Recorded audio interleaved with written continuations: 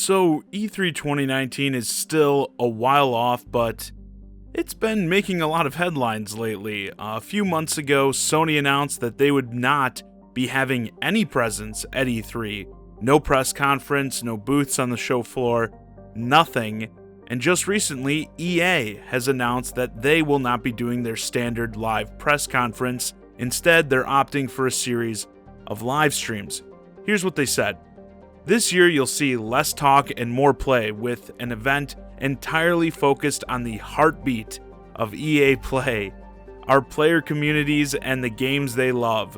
First hands-on with some of our biggest games, exclusive content from some of the most popular creators in the world, free for all to attend. It all starts this year on Friday night, June 7th, 2019, with an all-new EA Play kickoff event. We're skipping the press conference this year and are replacing it with multiple live streams that will air during the first 2 days of the event, bringing you more of what you've told us you want, more gameplay and insights from the teams making the games. I want to talk about what this means for these companies and what it also says about E3. In PlayStation's case, as I stated when they first made the announcement, I do think it has a bit to do with E3. I think it's obvious that they're waiting to announce the PS5. After that, they will probably be back to normal with their E3 presence. But still, why not at E3? Why not announce the console there?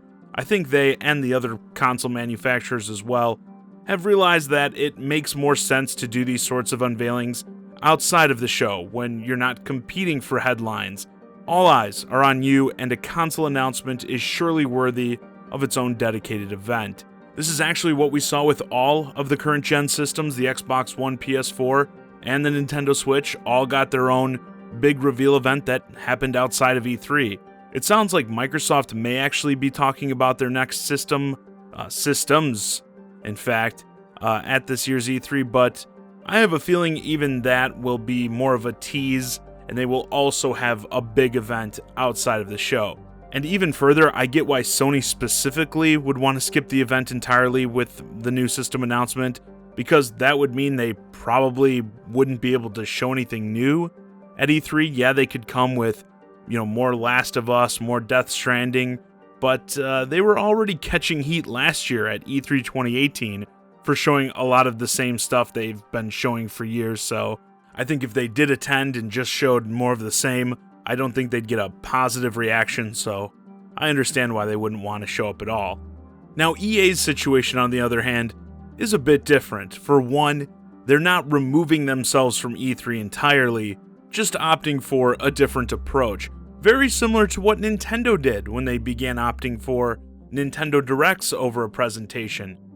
And here's the thing, as someone who is known to be a pretty big EA hater, in terms of presentation choice, I do think this is a smart move. EA's press conferences have historically been the worst. I mean, it will be kind of sad if we have to pour one out, press F to pay respects to the Chasing Money boys with their pro wrestling title. God, that was so bad. I chased that money. I still got my diploma, but I chased that money. There you go. We're out here chasing money. I chase that money. But what can you do? Especially lately, their press conferences only seem to be getting worse. The idea of focusing on the games and trimming the fat of your conference, your presentations, is something I've been saying all these companies need to start looking into when it comes to E3. These conferences, on the whole, are usually so poorly paced, and the Nintendo Directs have only been making that more apparent in recent years. So yeah, I'll give it to EA on making that decision, but that's not all there is to it. These streams can still be a disaster. And while it's nice that you're focusing on the games, EA, the problem still is, your games have been kinda shitty lately. If you want to spend 20 minutes on Anthem updates, no one is going to care. By the time E3 rolls around, Anthem's player base is going to be in the negatives, especially if you keep making PS4s explode or whatever the hell's going on with that. Now, we may have to give them some credit. They do have that Star Wars Jedi Fallen Order game that's being developed by Respawn. A lot of people have high hopes for it. I know I certainly would like to have a playable Star Wars game come out this decade, but with EA holding a grip on the license, that may be asking for too much. So they could definitely pull this off, at least do something interesting. And that does mean yet another company is opting out of the traditional press conference, which I think does say a lot about E3. I think we're going to continue to see these types of changes. I hope we'll continue to see these types of changes.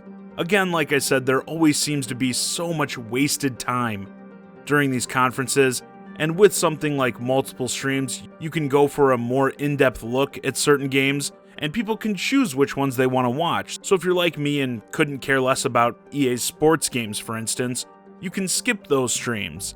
I know myself, I probably won't watch that crap. As I've said in the past, many elements of E3 simply aren't necessary anymore. Like with the ability to live stream, these companies can present whatever they want, however they want it, to millions of people around the world with ease.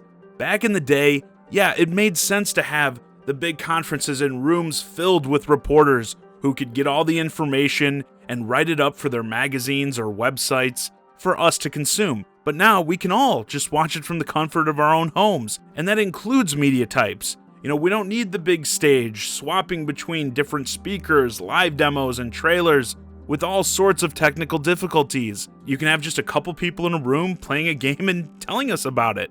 I think that works way better. Yeah, I think this is a trend you're only going to see continue with more companies trying to optimize their E3 experience. Does it mean E3 is dying? Definitely, in terms of certain elements. But I don't see it as a bad thing. Even when we're talking about the emphasis on E3, E3 is seeming to become less and less important, but that's because companies are doing more various things throughout the year. And as someone who covers the industry, I much prefer things to be more spread out rather than just cramming as much as you can into E3. E3 can still, and I feel should be, the premier event of the year, because I do think it is good to have that high level of excitement, something that has a Super Bowl sort of vibe. Everyone should still come out guns blazing with cool stuff to show, new announcements, demos for people to play on the show floor and tell us plebs who aren't able to attend about them. But I think it also makes sense that they're taking advantage of, I guess, modern technology and changing up their formula to make things more streamlined. Once more, I think Nintendo has pretty close to perfected the formula with Nintendo Directs and at E3 with like the Treehouse Live event, which the Treehouse stuff is what I think EA is more going for here. And in my opinion, anytime it feels like others are kind of going more in that direction, I think it's a good thing. And to reiterate, with the whole Sony thing, I do think it's just a one-off with the announcement of their console looming. I fully expect them to be back at E3 for 2020, but not announcing their console at E3 still says something. And with what EA is doing, I gotta admit, gotta give EA props. I do think it's a step in the right direction, and I expect to see others follow suit in the future. Anyway, with that, this video's a wrap. Let me know your thoughts on all these E3 2019 shakeups in the comments. Are you sad not to have Sony there this year?